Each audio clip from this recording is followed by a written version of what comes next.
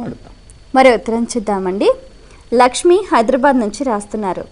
చాతుర్మాస్య వ్రతం ఎవరైనా చేయవచ్చా, తెలియజేయగలరు అంటూ రాస్తున్నారు. చాలామంది చాతుర్మాస్యం అనేది కేవలం యతులకే, సన్యాసులకు మాత్రమే లేదా వానప్రస్థులకు మాత్రమే అనుకుంటారు. చాలా తప్పు. ప్రతి వారు ఆచరించాలి. అన్ని వర్ణాల వారు, అన్ని జాతుల వారు, అన్ని వయస్సుల్లో వారు ఆచరించాలి. ఏమిటి అర్థం? ఆ 4 నెలలు వర్షాకాలం. పాత రోజుల్లో వర్షాకాలం వచ్చినదంటే వర్షం లేని రోజు ఉండదు.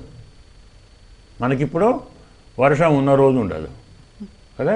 సరే, అది మన పుణ్యం అనుకుందాం, ఒప్పుకుందాం. కాబట్టి ఆ వర్షాకాలంలో బయటికి వెళ్ళకూడదు. ఎందుకంటే పొలిమేర దాటి వెళ్ళకూడదు. మనకే నష్టం కదా. అప్పటి కాలం ప్రయాణ సాధనాలు లేవు కాబట్టి మరి వానలు పడ్డా, వరదలు వచ్చినా, మరి తుఫాన్లు వచ్చినా, గాలి వానలు వచ్చినా, ప్రమాదం అన్న భావనతో, కారణంతో ఈ నియమాలు ఏర్పరిచారండి. ఇప్పుడు మాకు అన్ని సాధనాలు ఉన్నాయి, విమానాల్లో వెళతాం, మరి బస్సుల్లో వెళతాం, కారుల్లో వెళతాం, ఇంకేదో వాహనాలు వెళతాం, మమ్మలను వాన ఏం చేస్తుంది అనే ఒక భ్రమలో ఉన్నారు.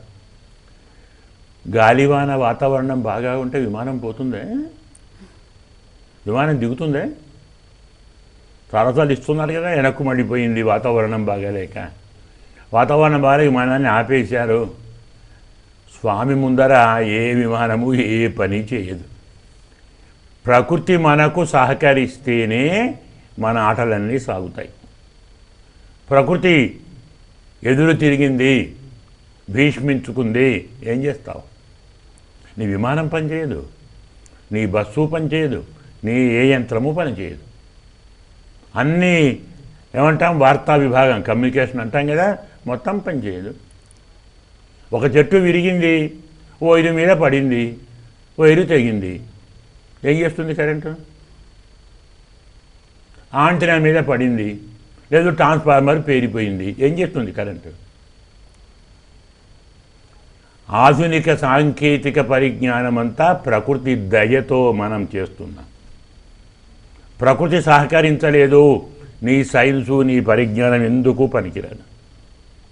ఏ విమానము నడవదు, ఏ బస్సులు నడవవు, ఏ కార్లు నడవవు. అన్ని ప్రమాదాల్లో మనిషి నడిచిపోగలడు, వర్షం వస్తూ నడిచిపోగలడు. వరద వచ్చింది ఆగిపోతాడు, వరద వచ్చింది బస్సు ఆగుతుంది. అందువల్ల వర్షాలు బాగా ఉన్న సమయంలో ప్రయాణం చేయటం క్షేమదాయకం కాదు. కాబట్టి ఈ 4 నెలలు పొలిమేర దాటి వెళ్ళకూడదు అనేది ఒక హేతువు. ఇవి కాక ఆషాఢము, శ్రావణము, భాద్రపదము, ఆశ్వయుజము, ఇవి ప్రత్యేకించి వర్ష ఋతువు, శరదృతువు 2 కలుస్తాయి కదా. జాగ్రత్తగా మనం చూసుకుంటే మనకు చైత్ర వైశాఖాలు వసంతం, జ్యేష్ఠ ఆషాఢాలు గ్రీష్మం చెప్పుకుంటాం కదా. అలాగే శ్రావణ భాద్రపదాలు వర్ష ఋతువు, ఆశ్వయుజం శరదృతువు. ఇలా గ్రీష్మ, వర్ష, శరత్ 3 ఋతువుల యొక్క సమాగమం చాతుర్మాస్యం. ఒక నెల వర్షం బాగా ఉండొచ్చు, ఒక నెల ఎండ బాగా ఉండొచ్చు. కురిసినటువంటి వర్షం నీరు భూమిలో ఇనికి అంకురాలు మొలకలు వచ్చేదాకా ఊళ్ళోనే ఉండాలి. రైతు బయటికి వెళ్ళలేడు, వ్యవసాయం చేస్తాడు. గృహస్థుడు బయటికి వెళ్ళలేడు, తనకు కావాల్సిన సామగ్రి అంతా కూర్చుకోవాలి. అలాగే వానప్రస్థుడు ఆశ్రమంలోనే ఉండాలి. సన్యాసి ఎప్పుడూ బయటికి వెళ్ళకూడదు, పొలిమేర దాటి వెళ్ళకూడదు. బ్రాహ్మీ ముహూర్తంలో లేచి స్నానం చేయాలి. అనుష్ఠానం చేసి ప్రతిదినము ఎవరికో ఒకరికి భిక్ష పెట్టాలి. ఈ 4 నెలలు ఆవేశం తెచ్చుకోకూడదు, కోపం పాలు కాకూడదు, ఎవరిని నిందించకూడదు. ఆహారంలో నియమంగా వర్షాకాలం కదా, ఆహారంలో మార్పు వస్తుంది, ధాన్యాల్లో మార్పు వస్తుంది. మనం ఆహారం తీసుకున్నాము, అరగలేదు, ప్రమాదం. త్వరగా అరిగి మరో రకంగా దారికి వచ్చింది, ప్రమాదం. వాళ్ళ ఆహారాన్ని నియమంగా తీసుకోండి, విహారం నియమంగా ఉండండి. వర్షాకాలంలో భార్యాభర్తలు ఒకే ఇంటిలో తప్పకుండా ఉండాలి. ఆషాఢ మాసం తప్ప, అది కొత్తవారు తప్ప. కొన్ని నియమాలు ఉన్నాయి. అంటే బ్రహ్మచర్యంతో ఉండాలి, నియమంతో ఉండాలి, యజ్ఞయాగాదులు చెయ్యాలి, ప్రయాణాలు మానుకోవాలి, ఆహార నియమాన్ని పాటించాలి.